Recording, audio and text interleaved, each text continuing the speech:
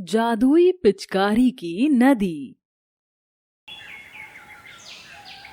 मैया हो गंगा मैया, हो गंगा मैया, गंगा मैया में जब तक ये पानी रहे, मेरे सजना तेरी जिंदगानी रहे, जिंदगानी रहे।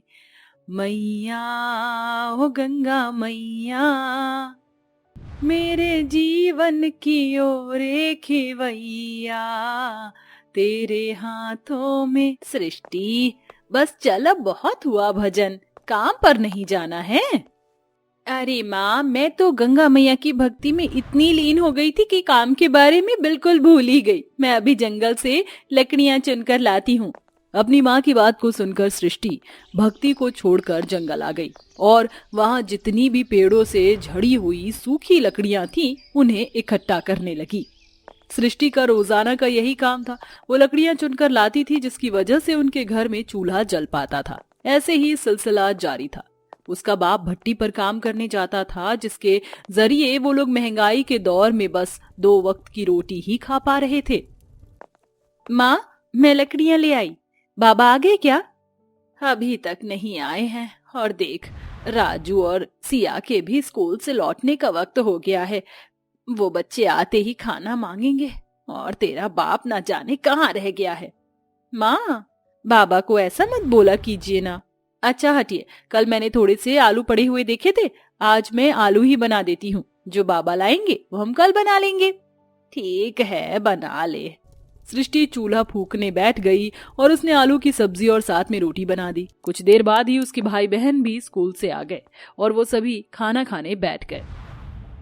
अरे नहीं, क्या हुआ?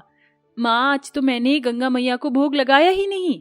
ऐसे बोलकर सृष्टि उठ गई और 3 रोटियां और थोड़ी सी सब्जी का भोग उसने अपने घर में ही बने छोटे से मंदिर में गंगा मैया की तस्वीर को लगा दिया। चाहे कितना ही कम हो, लेकिन गंगा माता को भोग लगाए बिना तेरा पेट नहीं भरता।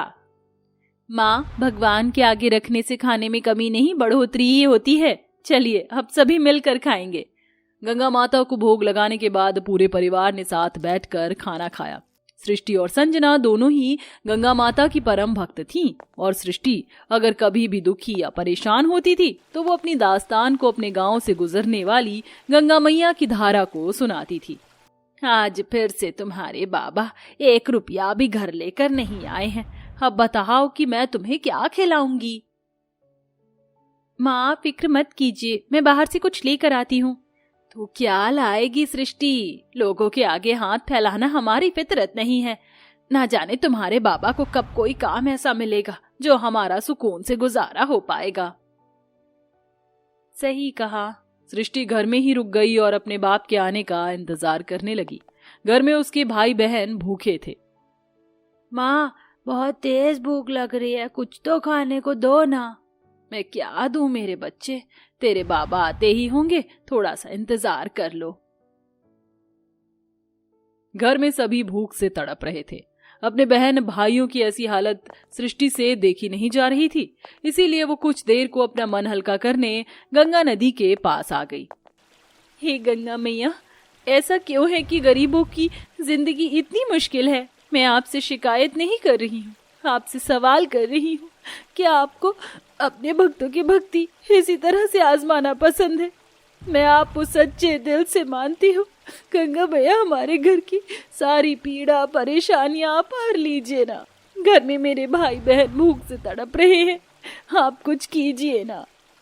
सृष्टि गंगा मैया में हाथ डुबोकर रोते हुए अपनी परेशानियां उन्हें बताने लगी। वो अक्सर ऐसा करती थी। कुछ देर के बाद जब उसका मन हल्का सा हो गया, तब वो घर लौट आई और घर जाकर उसने देखा कि उसके भाई बहन और पूरा परिवार बैठा हुआ खाना खा रहा है। अरे बाबा, आप आखिर आ ही गए। हाँ बेटा, मैं तो खाली हाथ ही घर लौट रहा था, लेकिन देखा कि रास्ते में भंडारा हो रहा है तो मैं वहां से ये खाना ले आया। आजा, तू भी खा ले। हम हमेशा गंगा मैया को भोग लगाते हैं ना, तो इसीलिए आज उन्होंने हमें भूखा सोने से बचा लिया। सही कहा माँ। सभी ने दिल से गंगा मैया को शुक्रिया अदा किया और अपना पेट भरा। उसी थोड़े से खाने में से उन्होंने माता गंगा की तस्वीर को भी भोग लगाया था। ऐसे ही रोजाना सिलसिला जारी था और अब होली आने वाली थी। माँ होली आने वाली है, देखो ना बाहर गुब्बारे और पिचकारी बेचने वाला आया हुआ है, मुझे दिलाओ ना। हाँ माँ, मुझे भी पिचकारी चाहिए। बेटा अभी पैसे नहीं है, अभी तो होली आने में वक्त है, मैं बाद में दिला दूंगी। मैं जानती हूँ आप कुछ भी नहीं दिलाओगी, आप बस अभी ऐसे बोलकर हमारा मन बहला रही हो। सुनो तुम दोनों, माँ को परेशान क्यों कर रहे हो? जब माँ बोल रही हैं कि बाद में दिला देंगी तो दिला देंगी, अब इसमें बहस कैसी? दीदी आप भी माँ की तरह हो, हम जानते हैं हमारी होली इस बार भी बिना पिचकारी के ही चली जाएगी। दोनों भाई बहन ऐसे बोलकर उदास हो गए और एक कोने में बैठ गए। अपने बच्चों के मुंह से ये बात सुनकर संजना का भी मन भर आया और वो अकेले में अपनी फूटी हुई किस्मत को कोसने लगी। गंगा माता, कैसे दिन देखने पड़ रहे हैं हमें, अपने बच्चों को होली की छोटी सी खुशी भी नहीं खरीद कर दे सकती हूँ। सभी को घर में उदास देखकर सृष्टि का मन भर आया और वो अपना मन हल्का करने को गंगा माता की धारा के पास ही आ गई और उसमें अपना हाथ डुबोकर रोने लगी। गंगा माता, होली आने वाली है, सभी कितने खुश हैं, लेकिन मेरे घर में तो कोई भी खुश नहीं है। मेरे छोटे छोटे भाई बहन एक छोटी सी खुशी के लिए तरस रहे हैं, लेकिन मेरे गरीब माँ बाप उन्हें भी कुछ नहीं दिला सकते। ना हमारी होली कब खुशियों से भरी बीतेगी। सृष्टि माँ गंगा से सवाल करने लगी कि तभी नदी से एक रोशनी निकली और सफेद रंग के वस्त्र धारण किए स्वयं गंगा माता वहां प्रकट हुई। माँ, सृष्टि घबराओ नहीं, आज तुम्हारी सारी दुविधाएं दूर होंगी। मैं स्वयं गंगा तुम्हारी परेशानी हरने आई हूँ। सृष्टि माँ गंगा के आगे हाथ जोड़े हुए बैठी थी। माता ने उसे आशीर्वाद दिया। गंगा माता के हाथ से एक रोशनी निकली जो सीधी सृष्टि के ऊपर पड़ी। वो देखने से पानी की धारा जैसी लग रही थी। आशीर्वाद के बाद गंगा मैया ने सृष्टि को एक पिचकारी दी। माता, ये क्या है? ये जादुई पिचकारी है, तुम्हें जो भी चाहिए हो वो बोलकर तुम इस पिचकारी को चलाना, देखना तुम्हें सब कुछ मिलेगा। ऐसे बोलकर गंगा माँ पानी में ही समा गईं। सृष्टि ने पिचकारी का जादू आजमाया। जादुई पिचकारी, मुझे दो अच्छी पिचकारी दो। ऐसे बोलकर जैसे ही सृष्टि ने पिचकारी को चलाया, उसके अंदर से दो चमकदार पिचकारी निकल आई। सृष्टि उन्हें देखकर बहुत खुश हुई और वो खुशी खुशी उन्हें घर लेकर आ गई। राजू, रिया, देखो मैं क्या लाई। अरे वाह, पिचकारी कहाँ है? ये दीदी पिचकारी लाई। सृष्टि ने अपने बहन भाई को पिचकारी दी। दोनों भाई बहन तो बहुत खुश हुए, लेकिन सृष्टि, ये पिचकारी कहाँ से आई? मुझे सच सच बता, तूने कुछ गलत तो नहीं किया ना? नहीं माँ, मैंने कुछ भी गलत नहीं किया। बता दे वरना मुझसे बुरा कोई नहीं होगा। संजना सृष्टि से गुस्से में पूछने लगी। अपनी माँ के बार बार पूछने पर सृष्टि ने संजना को सच्चाई बताई और मुझे तो लगा था कि तूने कोई गलत काम किया है, लेकिन मेरी बच्ची, तुझ पर तो स्वयं गंगा माता का आशीर्वाद है। मैं बहुत खुश हूँ। संजना ने सृष्टि के सर पर हाथ फेरा और वो बहुत खुश हुई। अब उन्हें जो भी चाहिए होता था वो जादुई पिचकारी से बोलकर ले लेती थी। ऐसे ही अब होली का दिन आ चुका था और होली पर गलती से उसके भाई बहन जादुई पिचकारी को लेकर होली खेलने चले गए। माँ, मुझे होली के पापड़, चिप्स और भजिया जादुई पिचकारी से मांगनी थी। मेरी पिचकारी कहाँ है? पता नहीं। अरे कहीं बच्चे तो? अरे नहीं। सृष्टि डरती हुई बाहर आई तो देखा कि राजू दरवाजे पर ही था। दीदी, ये वाली पिचकारी तो टूट गई, आप मुझे दूसरी वाली दो ना। अरे नहीं, ये तो मेरी। क्या हुआ? अरे नहीं, मेरा गंगा मैया का दिया हुआ तोहफा टूट गया, अब मैं क्या करूंगी?